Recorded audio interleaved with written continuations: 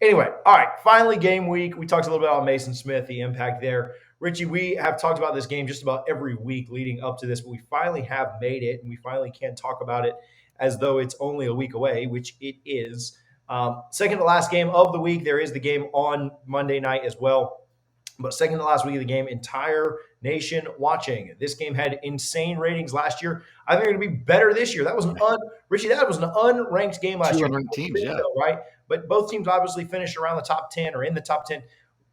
This game and this hype around it, I wish you would have watched more college football yesterday, Richie, because every single game, every time there was a timeout, every time there was anything that gave the announcers a chance to talk about the upcoming schedule, they'd put like their 6 games up, right? Like they'd have the Thursday night game, the Florida Utah, the Friday night, whatever they got there, Saturday TCU Colorado, and a lot of people want to talk about that. And then they'd have the Monday night, and they'd have us second, and then whatever the Saturday night, whatever their big game is for that. The schedule's not very good this week, so I don't know. When they put those 6 games up, every announcer, every time, it didn't matter if it was like the 6th time that game, they would talk about Jordan Travis. They would talk about Jayden Daniels. They would talk about this game. And I think it's going to live up to the hype. I think it's going to be a lot of fun. We're going to break it down and do a full preview on Thursday night to get you ready for that JV game of Florida and Utah. But, Richie, do you have any – I mean, they're not even early thoughts anymore. And we've probably dissected this game to death, so maybe you don't have any thoughts on it. But let's talk a little bit about this FSU LSU game before we go on and start maybe mapping out some wins and losses this year. Yeah, I mean, I just can't wait. Like you said, last year, both teams are unranked, and it was still pulled in over 7 million viewers, I believe it was. That's ridiculous. And this one is probably going to exceed 10 plus million viewers, which is ridiculous for a regular season game. But college football in the South, everybody loves it. But you're going to have people out in California, up in the Northeast, that normally don't care about, Southern college football, all tuning into this game because, I truly believe this is the first playoff game of the year. And whoever loses crazily is not eliminated from the playoff conversation because both teams are capable of running the table afterwards. It is just going to be a blast. I wish this game was in Tallahassee. Obviously I live really close to Camping World, so it's convenient for me. But man, if this game was in Tallahassee, a top 10 matchup against a SEC squad, that would be a blast. But yeah, the hype is very real. And all you're going to hear, they're going to mention it during the Utah-Florida game. They're going to mention it versus the Miami of Florida versus the Miami of Ohio game. They're going to mention it on game day. Obviously Desmond Howard picked Florida State to go to the playoff during game day yesterday. There's just so much hype to this game. And I agree, TJ. I think it lives up to all of the hype. So there's been a lot of questions about the who's playing, who's not playing. I would like to. I'm not going to do it because I don't want to slow this down. But I told you guys a long time ago about, whenever fall camp started. I was told when fall camp started about how Fabian Lovett would be Load management. Yeah, how they would manage him, how he would be limited in fall camp, and how they really were trying to not use him as much as possible to make sure that he was 100%, that he was healed up, that he was ready to go. And I think that's what they did. He didn't participate in Jacksonville. I know that he wore uniforms and pads into practice, but he wasn't participating. And that has increased. He actually has been participating this last week. Not the full. I don't think he participated the full week, but he was a participant in the last half of the week at fall camp. I expect him to be full go this week, unless he's had some kind of a minor setback or actually major setback at this point that has happened like since practice was over. I'm being told that Fabo is going to play. I expect him to start the game. If he has a setback this week or something's happened, twist his ankle, get out of the shower, whatever, I just haven't heard that yet. But for those, asking about Fabo, I know that's a big question, and you saw the difference in how Florida State played with him without him last year. I fully expect Fabo to be in there. I don't know that I expect him to play a full-on game, but I don't think Florida State needs him to. I think they've got a lot of depth there at defensive tackle. Obviously, you'd like to have Darrell Jackson, but I think they'd want to keep guys fresh. And if LSU runs 65, 70 plays, 70, that's you need what?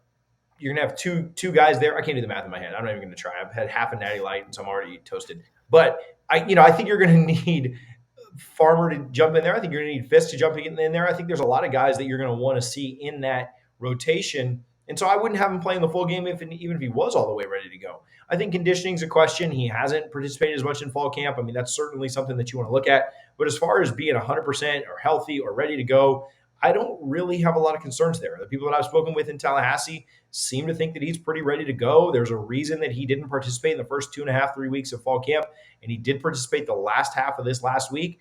I think Fabo is going to be ready to go. And again, unless there's been some kind of a setback that I just haven't heard through the last day and a half. Now, I was doing a 5-year-old's birthday party all day yesterday, and so that maybe that did happen.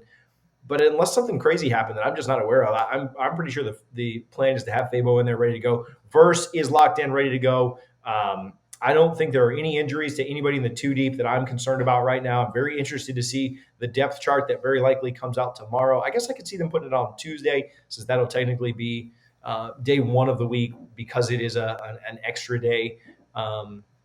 This week playing on a Sunday, but I think depth chart will come out tomorrow or Tuesday. I'm interested to see what that offensive line looks like. That's probably where I'm most interested in seeing how things shake out.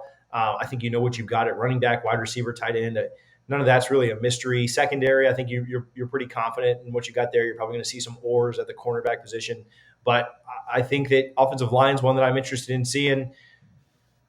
And then other than that, I think it's you stay healthy this week and you go out and you take on LSU. So Richie, thoughts on fall camp closing up? Thoughts on LSU week? Thoughts on Trey Benson breaking the rock? Whichever direction you want to take this, I'm good with it. Yeah, just excited. Fall camp is over. The season is here. This week it's all about LSU game prep. I cannot wait. Trey Benson, I kind of thought it'd be Jared Verse, but I love that it was Benson. And he even said that he was surprised himself that he was the one that was chosen to break the rock.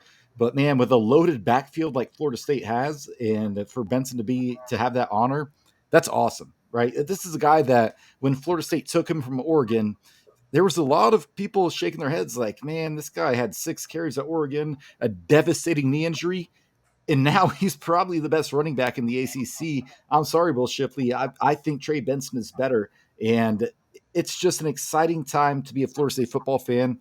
Every year since 2018 and on, it was just like, man, can we get 8, 9, 10 wins?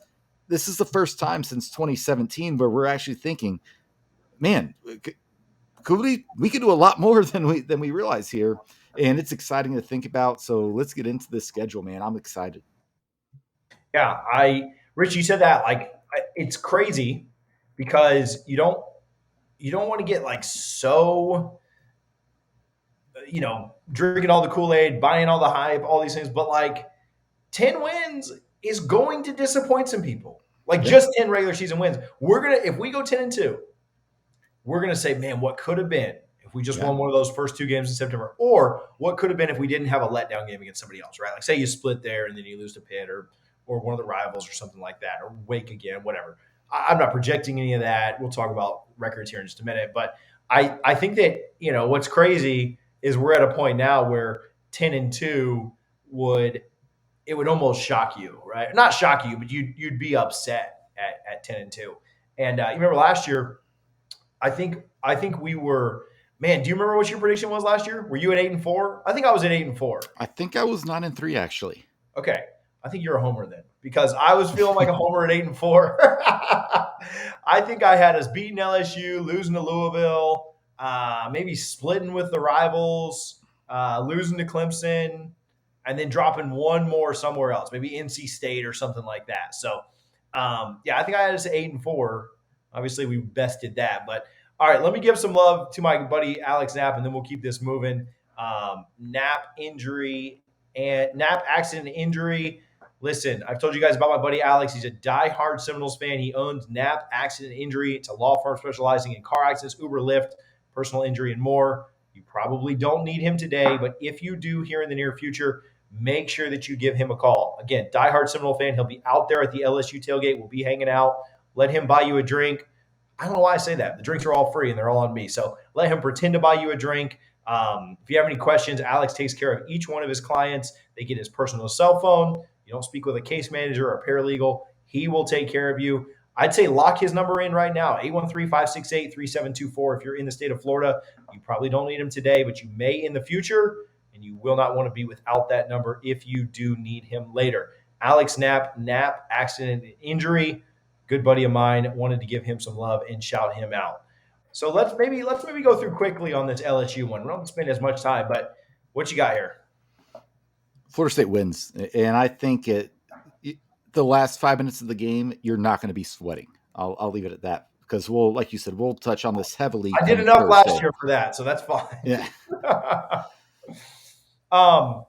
Yeah, I got Florida State winning going away. Again, we've talked about this. We've talked about LSU every single week of the offseason.